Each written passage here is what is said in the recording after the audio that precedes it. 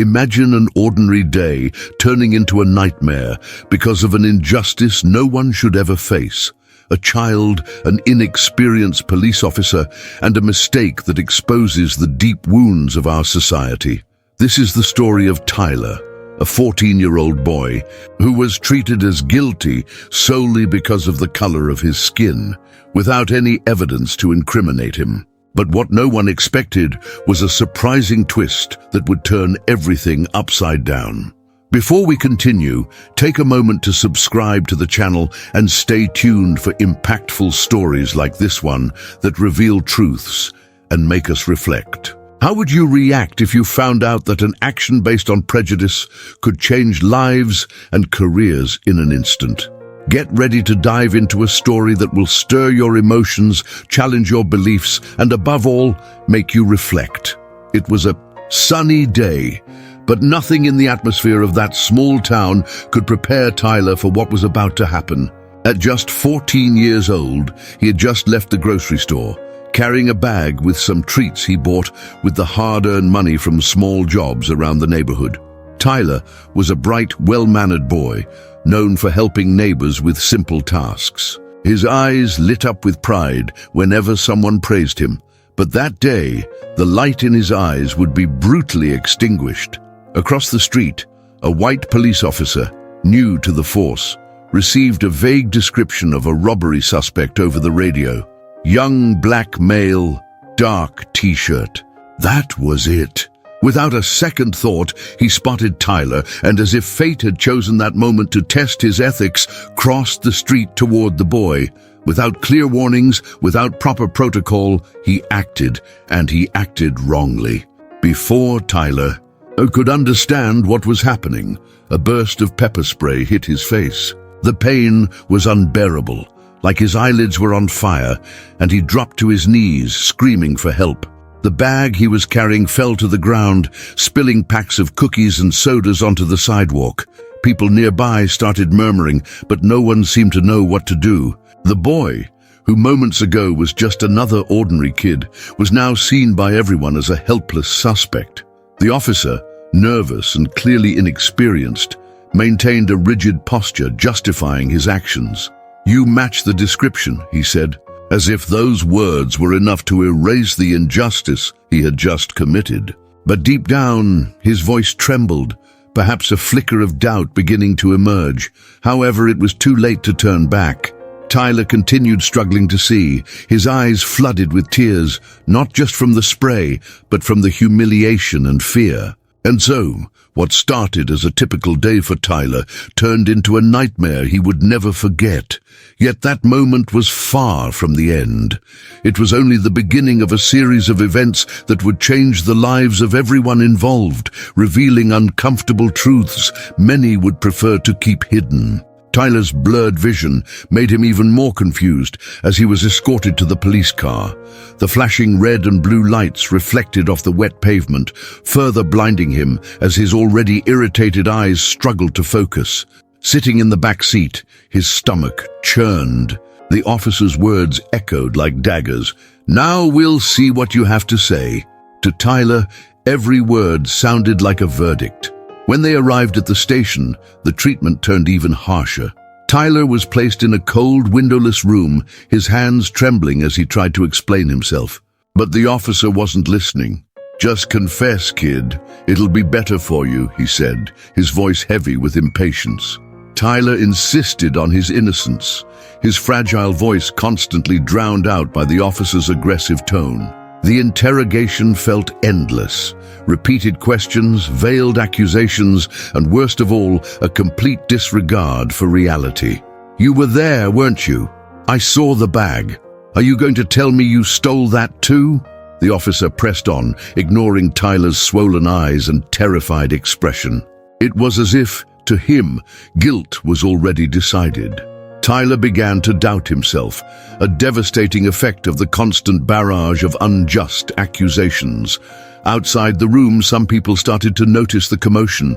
Other officers exchanged wary glances, whispering about the aggressive approach their colleague had taken. Some expressed discomfort, but no one dared intervene.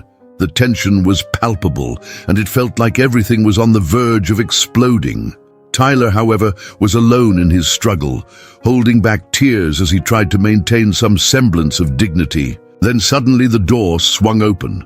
A superior officer entered the room with firm steps and a stern gaze. His presence immediately shifted the atmosphere, bringing a heavy silence. Tyler felt a mix of relief and fear. He knew this moment would mark a turning point, but what came next was beyond anything he could have imagined. The silence in the room was so heavy that even the faint creak of the senior officer's shoes against the floor seemed deafening. He glanced at Tyler for a moment, his serious expression revealing that he was assessing much more than what appeared on the surface. Then he turned his gaze to the young officer, who now looked more like a clumsy intern than a representative of the law. "What's going on here?" he asked, his voice firm but calm. The inexperienced officer, visibly nervous, began to stammer, trying to justify his actions. "Sir, he fits the description of the robbery suspect. I was just following protocol." But before he could continue, the senior officer raised his hand, cutting him off. He stepped closer to Tyler and, with a calm gesture, pulled out a chair to sit across from him. "What's your name, son?" he asked, in an unexpectedly gentle tone. Tyler, his eyes still red and swollen, answered in a faint voice, Tyler Johnson." That's when something shifted. The senior officer's face hardened, not with anger but with something deeper, a mix of disbelief and shock. Slowly, he turned to the young officer and asked, "Do you know who this boy's father is?" The silence that followed was almost deafening. The young officer seemed to freeze, his mind scrambling to piece things together.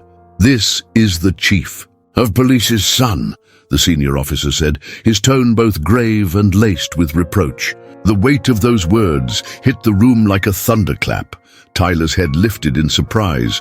The young officer, on the other hand, turned pale as a ghost, muttering apologies that no one wanted to hear. Time seemed to stand still as the gravity of the revelation settled over everyone present. But for Tyler, the moment brought no immediate relief. The humiliation and injustice he had endured still hung heavy in the air. What would happen next? The tension in the room suggested that something significant was about to unfold, and no one dared to predict how it would end.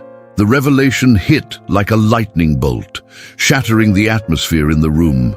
The senior officer, now visibly upset, turned to the young cop with a mix of disappointment and controlled anger on his face. "Do you realize the gravity of what you've just done?" he asked, his voice steady yet loaded with weight. Each word seemed to crush the inexperienced officer, leaving him speechless. He tried to justify himself once more, but his words came out jumbled, as if even he no longer believed in his excuses. Meanwhile, Tyler sat in silence, his heart still pounding. He couldn't decide whether he felt relief or even more fear. On one hand, someone was finally taking control of the situation. On the other, the humiliation he had endured still burned like an open wound. The senior officer took a deep breath before continuing. He explained, calmly but clearly, that the approach had been completely inappropriate and that no police protocol justified the blatant prejudice that had motivated the action. At that moment, the door to the room opened again, and the chief of police, Tyler's father, entered.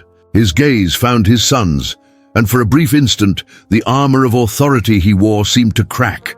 There was pain and indignation in his eyes, but he quickly composed himself, turning to the young officer who had started it all.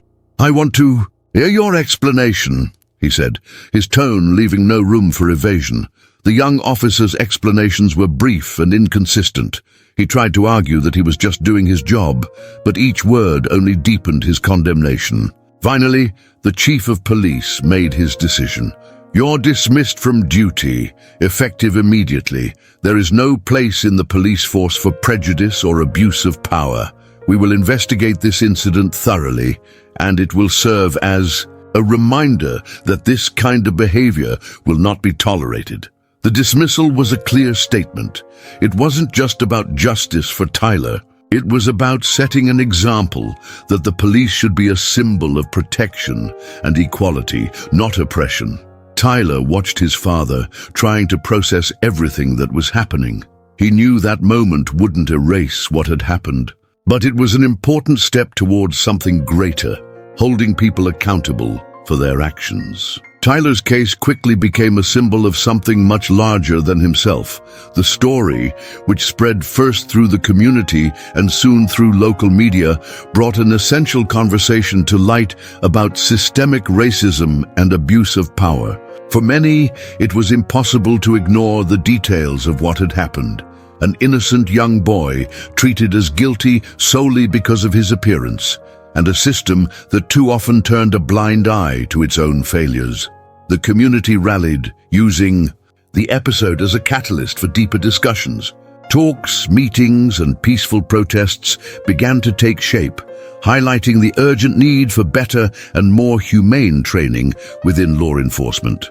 Tyler, though unwillingly, became the face of a local movement for justice and equality. People saw in him not just a victim, but living proof that change was desperately needed. The police chief, for his part, took an unusually public stance. He committed to revising protocols and implementing mandatory anti-bias training for his officers. In public speeches, he didn't shy away from acknowledging the failures of the system he led, emphasizing that the police should be a force of protection, not fear. His attitude garnered admiration but also criticism, demonstrating how challenging the path to structural change can be. Meanwhile, Tyler tried to move on. The physical marks from the pepper spray faded over time, but the emotional impact remained a daily struggle. He found solace in the solidarity of his community and in the hope that his experience might prevent others from enduring the same. "If all this helps open someone's eyes, then maybe it was worth it," he said, with a maturity that went far beyond his 14 years. Tyler's story didn't have a perfect ending, but it left a legacy that continued to grow. It sparked reflection and action, showing that as painful as some events may be, they hold the power to illuminate paths previously ignored. The lingering question was, how much longer will stories like Tyler's continue to exist? Tyler's story reminds us that the fight against prejudice and abuse of power is an ongoing battle, but every step toward justice makes a difference. It's impossible not to be moved by his courage and by his father's decision to confront a system that so often fails to protect the most vulnerable. But the bigger question remains, are we truly ready to change? What would you do if you were in Tyler's shoes or his father's?